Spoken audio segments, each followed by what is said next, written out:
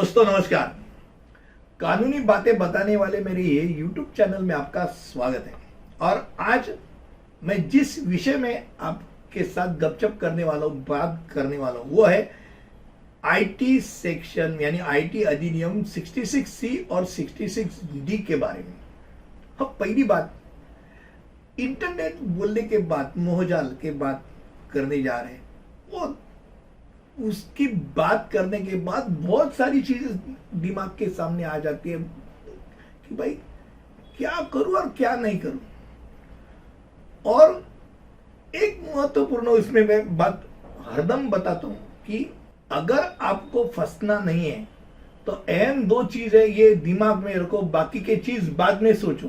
पहली बात ये, किसी को भी आप मोबाइल यूज कर रहे हो, किसी को भी आप ओटीपी मत दो।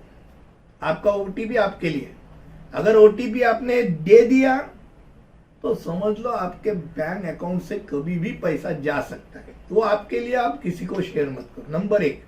और क्रेडिट कार्ड, डेबिट कार्ड आपके पास हो तो आप उसके पीछे, जो कार्ड के पीछे सीवीवी है, वो किसी को भी बता न दे, यानी साझा न करे। क्यों? अगर वो साझा कर दिया और उसने उसका इस्तेमाल किया तो मालूम नहीं आपके अकाउंट में कितना बच जाएगा। फटाफट निकालते जाते हैं। तो बहुत सारा ऐसा होता है कि शिक्षित आदमी ही फंसा जाता है, वो मूर्ख बनता है, क्योंकि ज्यादा से ज्यादा वही यूज करता है इंटरनेट का। और अचरज की बात यह है कि ऐसे लोग शिकायत नहीं करते, डर के मारे नहीं, शर्म के मारे। यार लोग क्या कहेंगे, मैं इतना लिखा पढ़ा हूं फिर भी ये ऐसा, मैं ठग गया। तो बताते नहीं है। जिसका पैसा लूटा जाता है उसी को ये शिकायत करने का अवसर मिलता है, वही शिकायत कर सकता है। इतना याद रखें। अभी लोग बेवकूफ कैसे बन सकते हैं इंटरनेट के द्वारा, हम ये जानेंगे। पहली बात तो आपका अकाउंट हैक किया जाता है। वो हैक करने के लिए आपके हाथ में कुछ नहीं रहता, हो इंटरनेट वाले जो चोर रहते हो तो हैक कर देते। और हैक करने के बाद अगर फेसबुक का अकाउंट है, एग्जाम्पल के तौर से एक फेसबुक का अकाउंट है आपके फेसबुक के अकाउंट के सब फ्रेंड लिस्ट को एक मैसेज चला जाता है कि तुरंत एक 2000 से लेके 5000 की मदद करे, कुछ एक्सीडेंट हो गया या कुछ तो हो गया, तो तुरंत इस अकाउंट में पैसा भरे। अब ये रहता है, बहुत बार रात को ये मैसेज आ जाता है और सुबह तक कोई तो उल्लू बन ही जाता है, क्योंकि देर रात तक इंटरनेट में खेलने वाले तो रहते हैं। तो बंदे देखते, अरे फेसबुक है, ऐसा ऐसा है, हमको तो मदद करनी ही करनी है, 3000 डाल देते, फंस गया। सुबह आके फोन करता है, बोलता मैंने तो मैसेज ही नहीं भेजा। तो किसको वो नहीं बोलता है, वो पुलिस को नहीं बताता है। अब ऐसा अगर समय आता है, अब आपको अकाउंट, आप किसी का मैसेज ऐसा देखते हैं तो क्या करना चाहिए आपको? तुरंत उसको फोन करना चाहिए।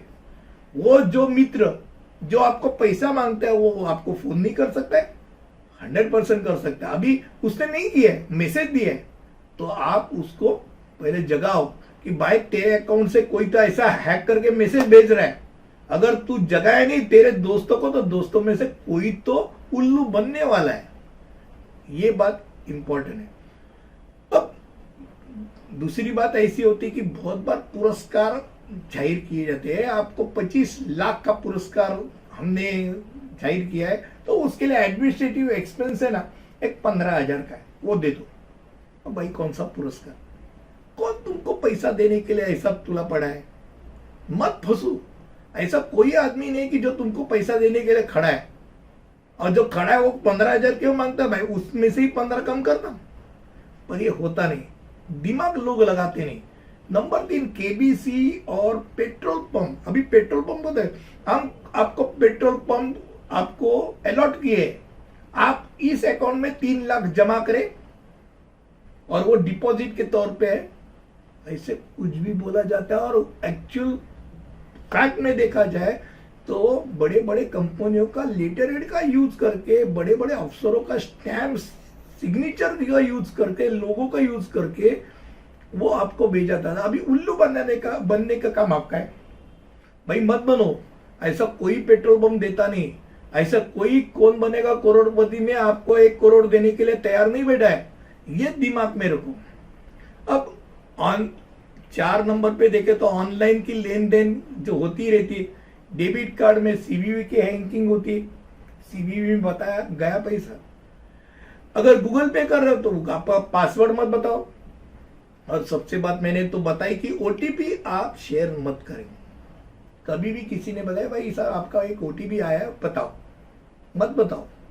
ये सब बातें ये दिमाग में रखने के बाद ही आप इंफॉर्मेशन टेक्नोलॉजी का सही इस्तेमाल कर सकते हो, उसका फायदा ले सकते हो। हम कभी भी ये नहीं बताएंगे उससे दूर भागो, पर ये जान लो तो कि भाई लोग कैसे उल्लू बनते हैं। अब इंफॉर्मेशन टेक्नोलॉजी एक्ट 2000 के अनुसार उसमें प्रावधान किया है अधिनियम 66C और 66D के अनुसार।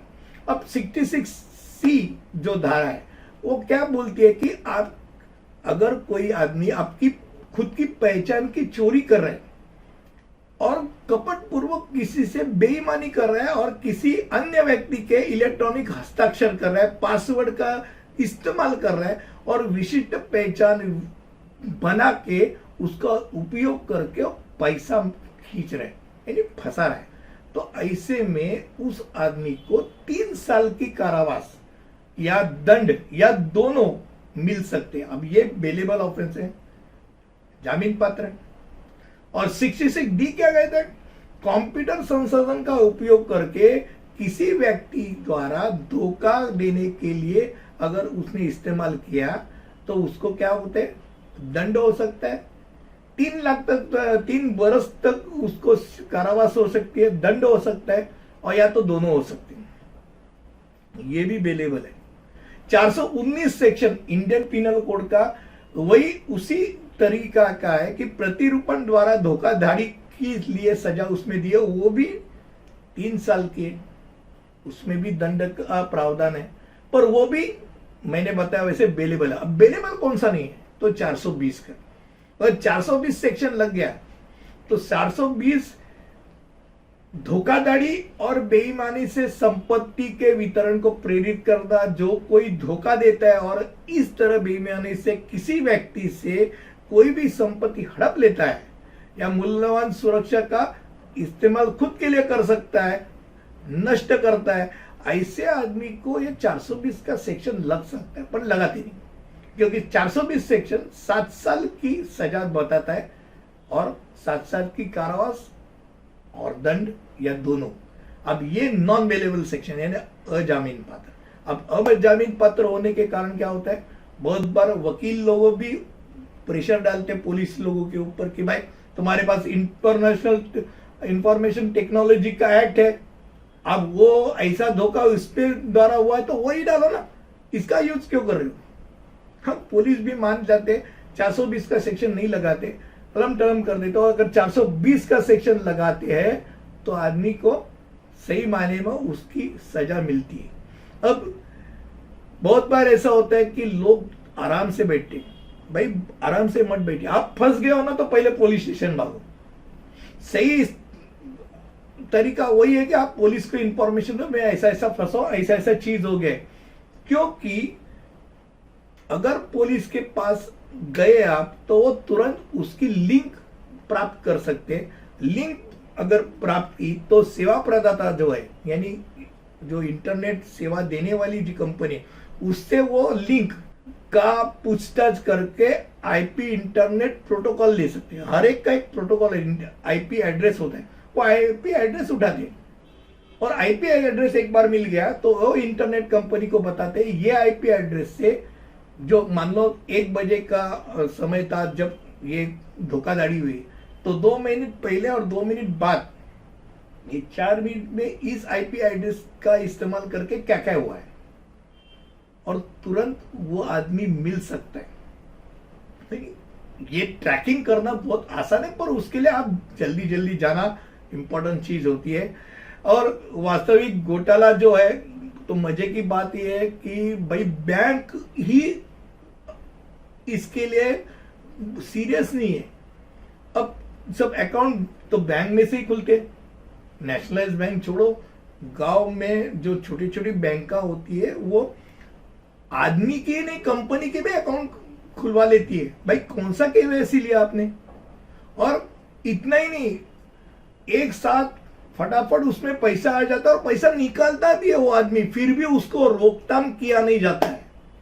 रोकथाम तभी होता है जब पुलिस उनको बताती है अकाउंट को स्टॉप करो, ब्लॉक कर दो, और फिर ही ब्लॉक हो जाता है। इसलिए पुलिस को आपको अगवा करना है, जगवाना है कि भाई ब्लॉक करो, अकाउंट को ब्लॉक करो, इसको ब्लॉक करो। आज जो विषय मैंने बताया इंफॉर्मेशन टेक्नोलॉजी के बारे में बताया, बहुत बार ऐसा होता है कि लोग नहीं करते, कंप्लेंट ही नहीं करते। आधा से ज्यादा लोग कंप्लेंट शर्म के मारे नहीं करते। वो मत करो, आप इंफॉर्मेशन आपके पास है, आप फंस गए हो तो पहले जाके कंप्लेंट तो करो भाई, कुछ मिले ना मिले कंप्लेंट तो करो, ये तो कर सकते हैं। आज का विषय अलग था, इंफॉर्मेशन टेक्नोलॉजी 66 धारा 66C और 66D के बारे में मैंने बताया। मुझे लगता है ऐसे अलग अलग विषय आपके सामने मैं रखता जाता हूं। इसका अर्थ आम आदमी को कुछ अच्छे बारे में बात करना है, जगाना है, ऐसी बातें बताना है कि उससे उसका फायदा हो। मुझे लगता है ऐसे आपके पास भी कोई और विषय रहेंगे, आप मुझे बताइए, उसमें एक वीडियो बना देंगे। अगर इस जो मैंने आज जो वीडियो बना उसके दरमियान आपको कुछ और बताना है तो वो भी मुझे कमेंट सेक्शन में बताइए। यानी क्या होता है कि मुझे भी एक अलग सी ताकत बनती कि मैं अलग अलग वीडियो बनाऊं और ऐसे ही अलग सा और हट का विषय लेके आपके सामने फिर हाजिर होऊंगा। तब तक के लिए जय हिंद, अलविदा।